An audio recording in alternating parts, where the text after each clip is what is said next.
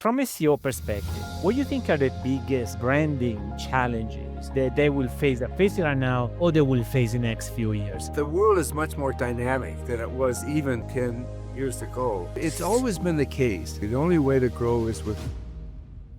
Most CEOs are bleeding value because they still treat brand like a decoration. Today, I'm joined by David Aaker, Vice Chairman at Profit, author of 18 books and often called the father of modern branding. So in the next 45 minutes, you will learn how to turn brand into a real business asset, cutting through noise, fighting short-term pressure, and backing the few bold moves that actually move markets.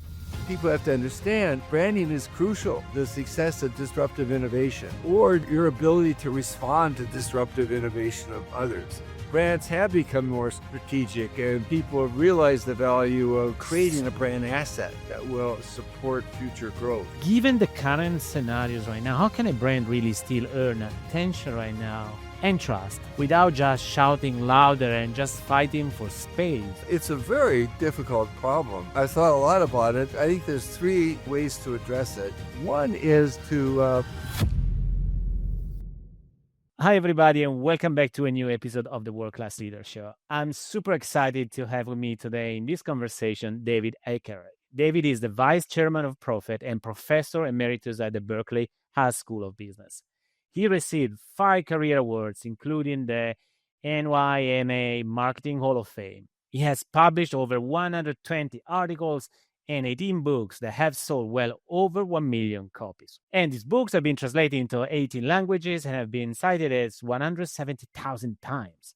They include managing brand equity, building strong brands, creating signature stories, owning game-changing subcategories, future purpose-driven branding, and Aaker on Branding's second edition. So named by, you guess what, Phil Kotler as the father of modern branding, David was listed as one of the top 5 most important marketing business gurus in 2007, and won awards for the best article in California Major Review and the Journal of Marketing. Wow, David. So congratulations for your incredible achievers and welcome to the show. Thank you, Andrea. Hey, thanks for having me. Look, I'm very excited because, by the way, that is a topic that we don't normally have in this conversation. We talk a lot about leadership, we talk about performance, we talked about mindset, business in different ways, but we don't really much talk about branding. So I think it's a great opportunity for our audience, primarily CEOs, but whoever is listening, to get your view, meaning that you have such an incredible experience and expertise in modern branding. So that's really what will be the focus of our conversation. And I really would like to start with, for CEOs, so who might know your name, David, but haven't read the new edition yet, for example, of the new book. What's the big idea behind Aaker on Branding today, which is the new edition of your book? Well, I think, first of all, that I've written 9 books on branding and it's sort of overwhelming. So you kind of need this book to capture the ideas and all these books. And that's what I did. And the first edition was out 11 years ago now, and it's a lot have happened since then. And one of the things that's happened is I've written 3 other books. I needed to update. As I got into writing the second edition, a lot had changed in 11 years. We're kind of in a new world, and that had a lot of impact. And one of the focal points was the fact that really observed that short-termism is sort of rearing its head again. The high point of short-termism was in the 80s when we had the growth share matrix, BCG, and everybody wanted to increase market share. It didn't matter how they did it. And then we had scanner data that came in that allowed people to manage marketing scientifically because you could run experiments. Well, the experiments showed that what really worked was price off promotions.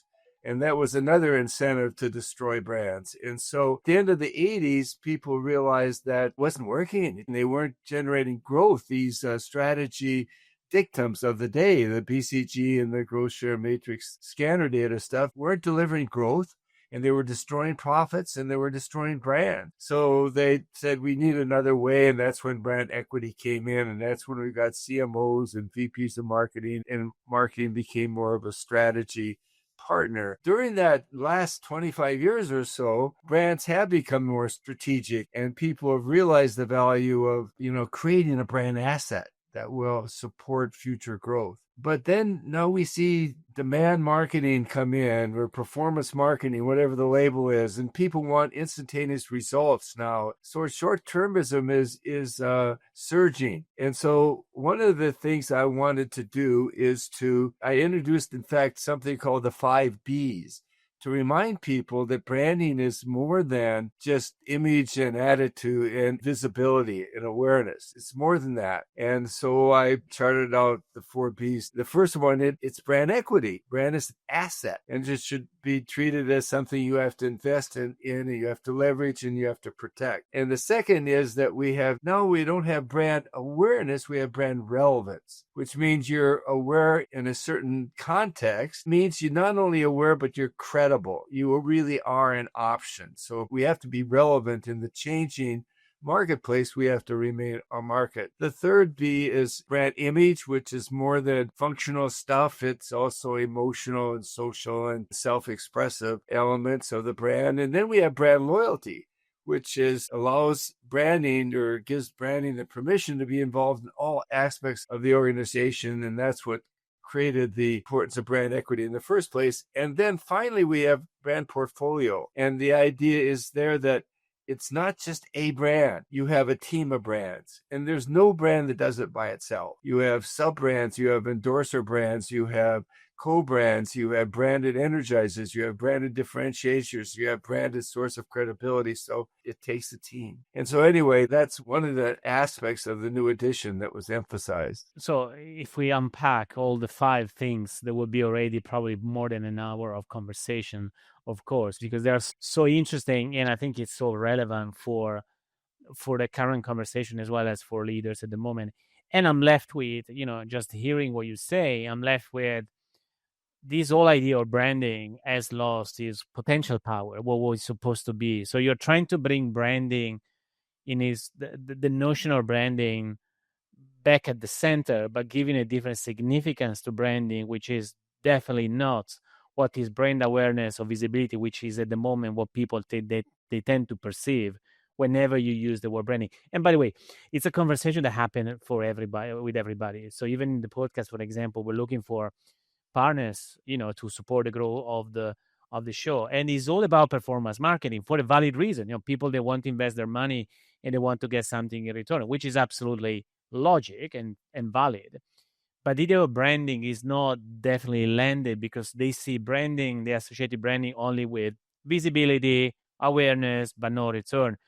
I think is way, way, way deeper, and you're giving different significance. But if we move, so building to what you said, I'm curious, David, which I think is already inside of what you shared. But from a CEO perspective, what do you think are the two or three biggest really branding challenges that they will face, that facing right now, or they will face in the next few years? If you look at the environment, what is happening right now? That the world is much more dynamic than it was even 10 years ago. It's always been the case that the only way to grow, really, if you look at it empirically, the only way to grow is with disruptive innovation. And I mean, you go back to Michael Porter, who said one of the ways to grow is to be differentiated. Well, disruptive innovation is the ultimate in differentiation. And so that's always been true. And the big surges in growth, is almost always been, can be interpreted in terms of the disruptive innovation that's involved.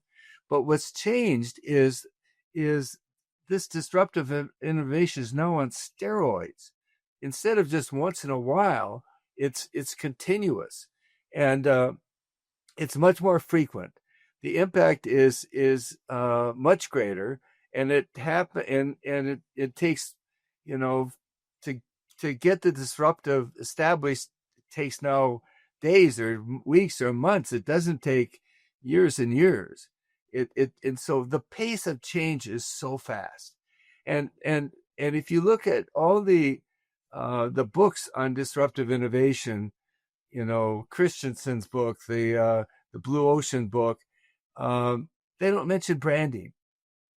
I mean, the Blue Ocean book has a half a page on the first mover advantage, which incidentally, there is no first mover advantage almost, but But that's the only indication that that branding has any role to play. And what what I think people have to understand is branding is crucial to the success of disruptive innovation, or your ability to respond to disruptive innovation of others. I mean, a branding has four jobs to play. One, they have to position the disruptive. It's kind of it's like a branding job, but it's a little bit different. Like take Salesforce. They came in 1999 with the first really software in the cloud, and they had to sort of position that whole new way of doing software. They had to, show that there's no upfront investment. There's continuous upgrades. It's very secure, and it's got a personality, kind of cool. It's not backward, and and they introduced it in March of that year. In December, Wall Street Journal said that Wall Street or Salesforce was a spokesman for this new way of doing software. So that's the first thing. The second thing, you have to be the exemplar. You have to be the brand that controls the subcategory as it evolves. And you do that by being a thought leader. You're doing that by having a passion for the application. Like I talk about a mattress company that was so involved in sleep. They weren't interested in selling mattresses. They were interested in sleep. And they kind of took over this new way of looking at mattresses, this new way of buying mattresses. And it's really necessary to be a market leader as well. And the third thing they need to do is scale. You have to scale really fast. And that means that we used to talk about skim pricing and in the old days, where you would, if you have a new innovation, you price it high and get the people that really wanted it to pay for the R&D and so on, and went to it. Well, that's over. You have to engage in penetration pricing. You have to really build scale really fast. And that's what you see. The Amazons of the world, they don't take profits for a long time. They just build a disruptive innovation. They own it, and so forth. And the fourth thing, they have to build barriers to others so that they can be the brand in this disruptive innovation space. And you do that by owning the positioning. You do that by having a base of users, the most attractive users, because you scaled. But you can also do it by continuous ongoing innovation. Prius, owned the hybrid compact car market for over 10 years. They owned it. And they did this by always innovating the synergy drive, the dynamic design of the outside, the design of the inside. They were always innovating through that period and made it a moving target for others. And the other thing you do is you brand the innovation. And I talk a lot about that in my writings, how important it is to brand your secret sauce. Don't hide it, but brand it. I talk about Uniqlo, the retailer that branded their fabrics, Airism and Heat Tech. So, David, is it possible there is a confusion out there in terms of the distinction? And I don't know, it sounds like a question maybe 300 times you have been asked to respond, like the difference between branding and marketing. Now, I know it might look like a simplistic question, but when you talk about positioning, is it fair people they start to associate positioning straight away to marketing versus them branding? Well, I think that branding is a major, maybe the major subset of marketing. And marketing also includes things like logistics. It includes things like, packaging, advertising, and so on. But all those things sort of come back to branding. Branding is kind of an umbrella over those, because you have your brand pillars, what you stand for, and they have to be reflected in everything you do.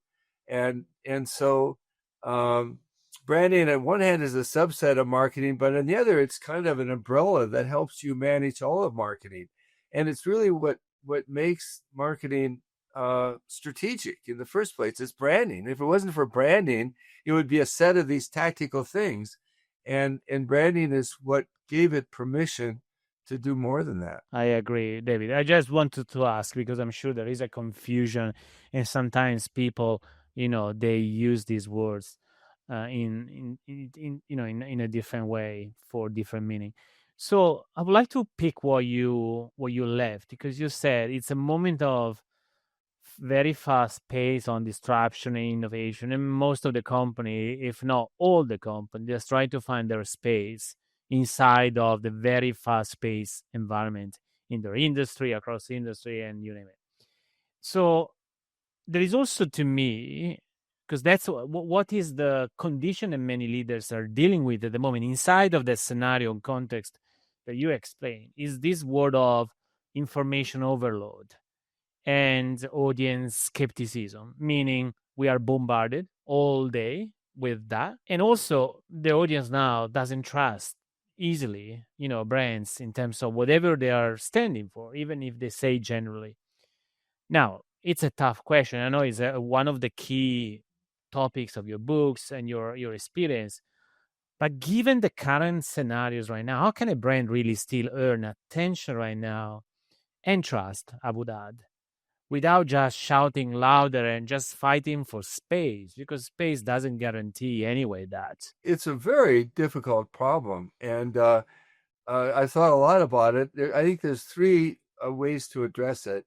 One is to elevate the role of a tagline or a visual symbol to the brand, because when you do get through, you want the resulting experience to build the brand, and to do that, you really need a some sort of a cognitive anchor, and the brand provides a cognitive anchor, but it also helps to have a tagline and a visual symbol. A meaningful tagline, probably the all-time best tagline in history was the ultimate driving machine. Actually, the ultimate driving machine came up in America, where the idea that you were buying a car that had the sort of the exhilaration and the emotional experience of an exciting driving adventure. That was something that was taken for granted in Germany, but in America, that became a magic element of the BMW brand. And so, if you have something like that, if you it's because you deserve it, or if you have a tagline that you can develop over time, that will give you a bigger payoff, so that when you do get communication that gets through, that will sort of be an sort of an asset that helps the brand uh, sort of be enhanced. The second thing you can do is you can distract with intriguing content.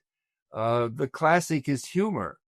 There, Hellman's mayonnaise is a product that was started 100 years ago, in order to, if you have stuff in your refrigerator, you can actually take that stuff, and with mayo, you magically create a delectable sandwich instead of throwing it away.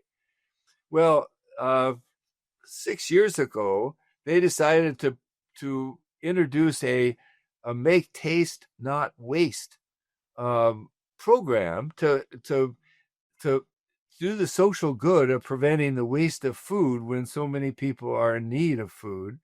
But also, they did it in a humorous way. So they brought forth this 100-year-old brand platform, and they did it. They had a American football player tackling a grandmother, and it was just hilarious, who was just about to throw away food, and that was such a no-no. So they did this hilarious thing. They got one of their sets of commercials on the Super Bowl got over 6 billion impressions. And when you're watching that commercial, you're not counter arguing. You're not skeptical. You're not saying, "Yeah, but he's just trying to sell me something." You're just distracted by the humor, and you can distract by um, having an emotional story. You can distract by having an exciting adventure that the brand is involved with. So if you can distract people from from that, then that's another way to do it. And there's um, I recall way back when there was a gas shortage and everybody was mad at the gas stations. They tried to logically say, we don't make that much money. We actually only make 4 cents on the dollar, not 30. And it didn't work. But when they had cartoon characters, some dinosaur cartoon characters, that did work, because you can't argue with some bunch of cartoon characters. And the third thing is to uh, instead of talking at people, sort of engage them. And and these are things that have been around for a long time, but their importance now is greater than ever. You can have an event, for example, like Schneider Electric, the energy fixture company, has a contest where the Schneider Electric sustainability impact contest, where they have people that are using their products that have saved energy. And they last year they got 450 entrants. They had 7 awards. They had a big splash in New York City. Got a lot of press, especially among those that use their products. That's all they care about. And people, they have case studies. They got to benefit from seeing how the product is used in an innovative way. It was just a win-win-win. You contrast that with spending that kind of money, which wasn't much really, on advertising. You got much more of a brand kick. And then we have sponsorships, like the FedEx sponsorships in golf, where clients of FedEx can come to a major golf unit and have behind the scenes interaction with players and all kinds of experiences, and the visibility and the energy behind the brand and the association with golf is so thing. And then this is brand communities, and we've ever since Harley Davidson, we've had brand communities, but now they're just so much more important, because if you can pull off a brand community like Salesforce did with their Trailblazers things, where all their users interact with each other to solve problems and ask questions, that's sort of the ultimate brand building experience. And so conventional advertising, let me tell you, my 5 bullet points is almost a thing of the past. I mean, it's just so rarely effective. I'm with you, and you provide such a great example. But if you think, say I'm with you, by the way, so I am totally with you. I'm thinking as well from my perspective, what I do in my own branding. So I think it makes so much sense, because that applies as well to individuals and small companies, of course. But do you see at the moment a brand that is standing up? And you mentioned a great example of activation of what they're doing on a specific campaign. But if we look at only at the company, do you see a brand right now that is standing up in terms of how they are consistently positioned themselves in a space that now is not occupied by anybody else? They have embraced this principle, but consistent, not just in one single campaign. And I'm interested to see whether that might give to the audience even some potential role model, a brand that you admire for the way how they're doing branding cohesively and consistently across the entire business. Well, my go-to example is Unilever and especially Dove products. And Dove in about 10, 12 years ago had they lost their patent on moisturizer ran out, and they were putting their name on products like deodorants and shampoos, and moisturizer didn't really work there. So they needed a whole nother story to tell. And they did some research, and they found the fact that 4% of women in the world think they're beautiful.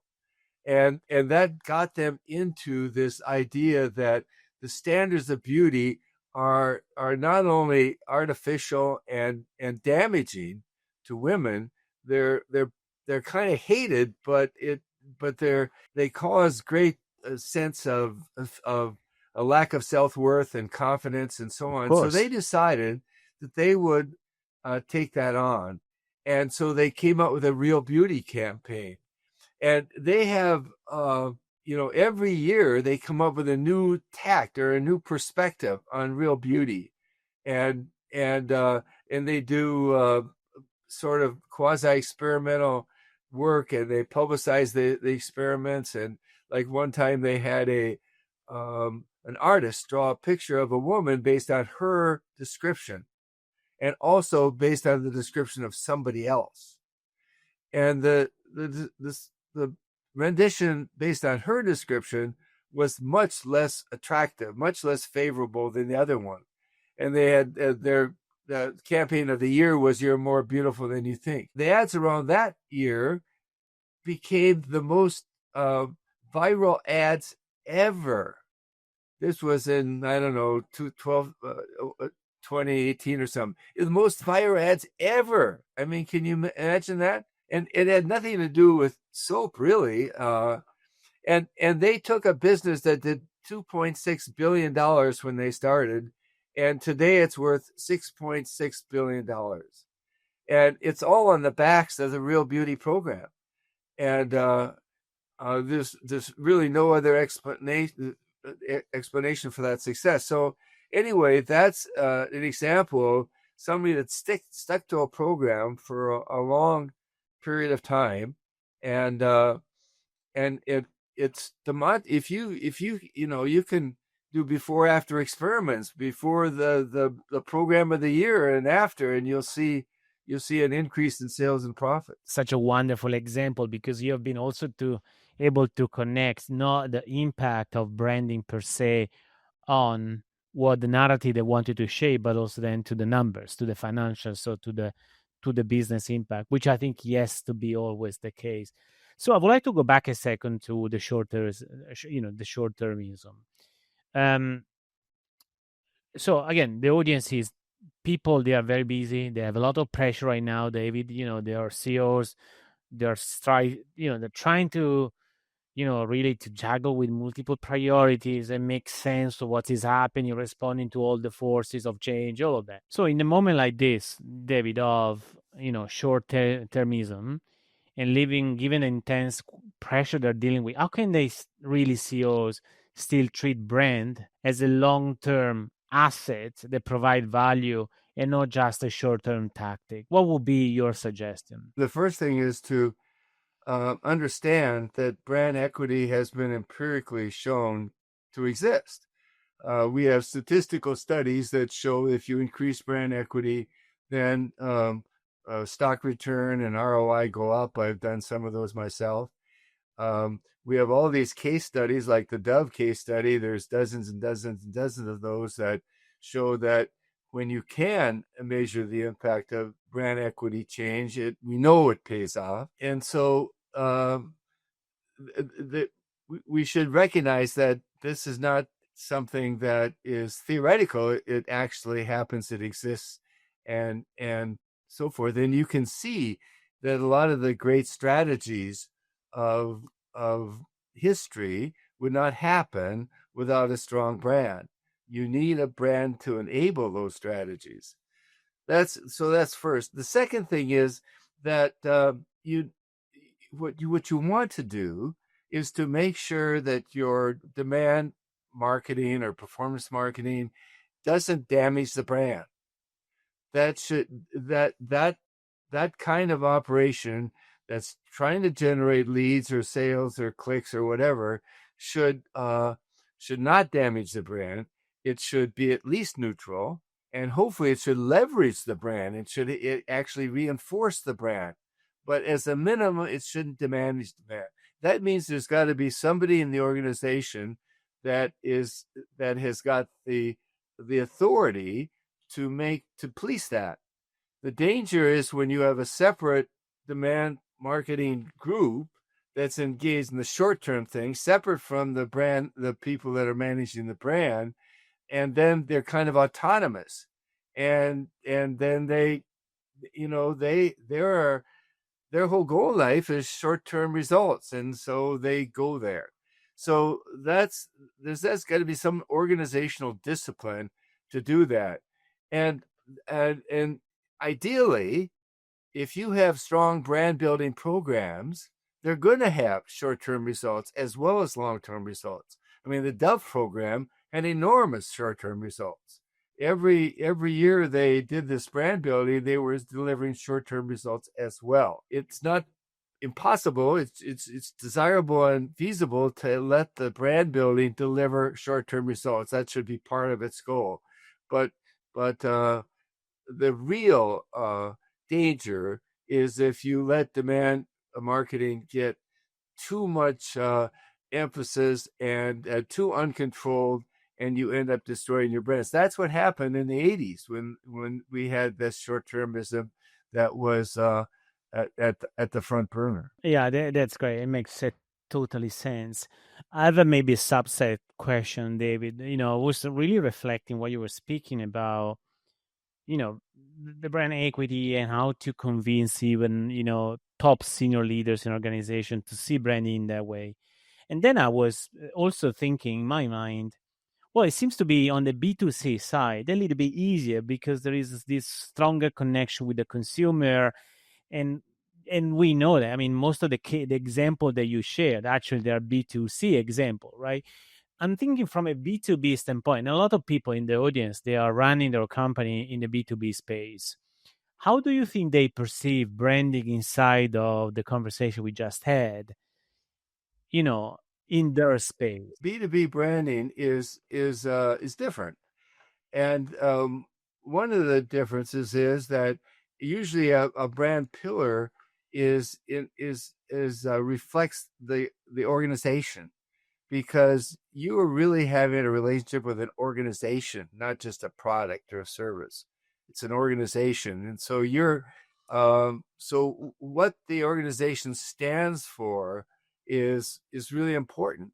So part of your brand, almost always in a B2B case, is about the organization. It's exceptionally innovative, exceptionally customer centered, exceptionally easy to deal with, or it's an organizational thing. It has nothing to do with really what they make or provide. So that's one thing, and you need a brand to be a cognitive anchor, to be a sort of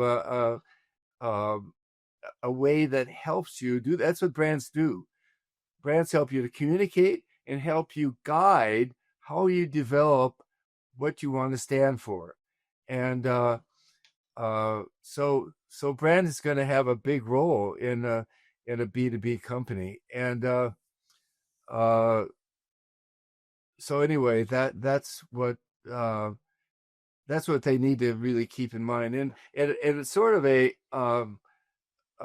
corollary of that is that brand and corporate culture are closely related. So normally when you have a brand, a lot of times we'll have the same brand will be basically the corporate culture. I mean, and sometimes the culture will share some common pillars with the brand and have a couple others in addition. But the brand is so frequently, even in B2C companies, brand is so frequently the vehicle you use to establish the culture, or the brand is enabled by the culture, or the Yeah. brand is sort of inspires the culture. So there's a close relationship between the culture of the company, which is in a B2B company, what really is so critical in delivering a relationship. Totally with you. It's so much interconnected. So I have a last really topic for last 5 minutes. I'm interested to talk about taking a stand, what the stand for this organization. One of the quite complex and not necessarily comfortable conversation that is happening right now is whether or not some of the major companies or brands in general, they should or not taking a stand inside of the political environment, the society, and how people do judge brands, all of that. And we see, we have seen, I'm sure that you have a way broader perspective than mine, brands that have been pushed to take positions on social and political issues, but sometimes when they do, they're really, ended up badly on them. Some other times they do well. So when is the right time to do it? When is maybe better to stay quiet? But broadly speaking, given the current tension that exists right out there, what do you think a brand should do? My advice has been that they should not participate in those discussions. That for two reasons. One is that they probably won't do any good at all. In fact, they might do harm because the people that agree with them will not be affected. The people who disagree with them will stop buying their products, and they can lose 10-20% of their sales, and that's the difference between being profitable and not being profitable. So it's a huge financial risk. But second of all, I don't think that it's just they won't be effective. I mean, they're the people that disagree with them are not going to regard them as a credible spokesman. They're not going to be regarded them as somebody that they look to and trust for that area of information. And they're going to be skeptical about them in general, but especially for that. So I think that it's very risky from a business sense. And second, I think it's going to be ineffective. So what I think they should do, and my book on purpose-driven branding suggests this, is that they should adopt a social issue, maybe several. Like for example, Thrivent, a big financial services company, adopted Habitat for Humanity about 17 years ago, and they have worked closely with Habitat. They're all their 2 million customers all know about that. A lot of them have participated in that endeavor, and so Thrivent now becomes a really kind of an authority on housing.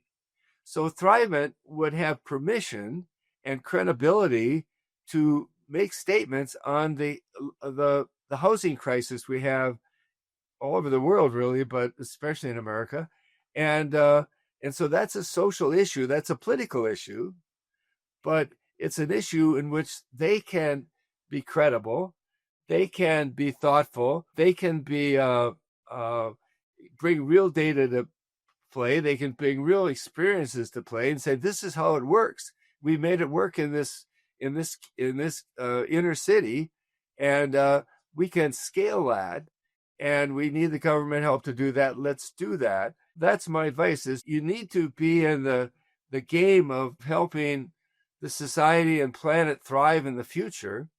But the way to do that is to pick out a social issue in which you already have some resources and credibility, or you could create some over time if you're passionate about it, as Thrivent is with building homes. So anyway, that's my advice, is to kind of stay in the track where you do have something to offer and credibility. Exactly. I think it's focus what you can contribute to based on what your current business line is. Quick example, Goldman has developed a program called 10,000 Women to become entrepreneurs. And they, through that objective, they went to 20,000. A program called A Million Black Women, where they've had programs to elevate them, 10,000 small businesses. So these are all efforts to address a social program where they can bring something to the table, and they give it visibility, and they provide partial answer, but they're doing good for the society, for the world, for a terrible problem, and they're doing it in a way that it really makes a difference, and they get credit for it. They get visibility, they get an image lift, they get engagement. And so, again, it's a win-win-win. Fantastic. I think it's such a great example, and I think that really resonates with me. So, last question, maybe just 1 minute, really reply if you can. Imagine a CEO is listening right now and realizing in a conversation that their brand has been treated as a just marketing so far. So, and now he started to see something different for himself. What could be one first 2 moves that he can do right now? They can really start activating a different branding strategy and proposition. What do you think they should really think about it? I think the single most opportunity for almost every company is to make sure that you have a team of brands. You ask yourself the following question: why is my product or service special? Why is it really different than others? Why is it really good? Why is my firm better at this? And then brand it. Or if it's branded, use that brand and build that brand. You need branded energizers. You need branded differentiators. You need a team of brands. And the most low-hanging fruit really is to find those things that help you tell your story and help you be credible, help you have energy. It could be a sponsorship or an event like the Schneider contest. Whatever it is, you need to have some brands that help you tell the story. Great. It's tell the story, use your brand to do that. David, thank you so much for this conversation. I mean, it's really wide to go even deeper on many different things that you share. I'm conscious about the time that were available. However, people can really go and look at all your great books that you have written. So I'm sure there's so much depth inside of them, so they can really learn more from you, but also from your branding experience. So, David, where people should go if they want to know more about you? What's the best place for them to get in touch? Well, with I you? blog on LinkedIn. And so if you go to my LinkedIn blog, you'll keep current on my current thinking. David, thank you so much for being on the show. I appreciate it. Taking almost 1 hour of your time is a lot. So I appreciate it. So thank you so much for being on the show. It was my pleasure. Thanks for having me.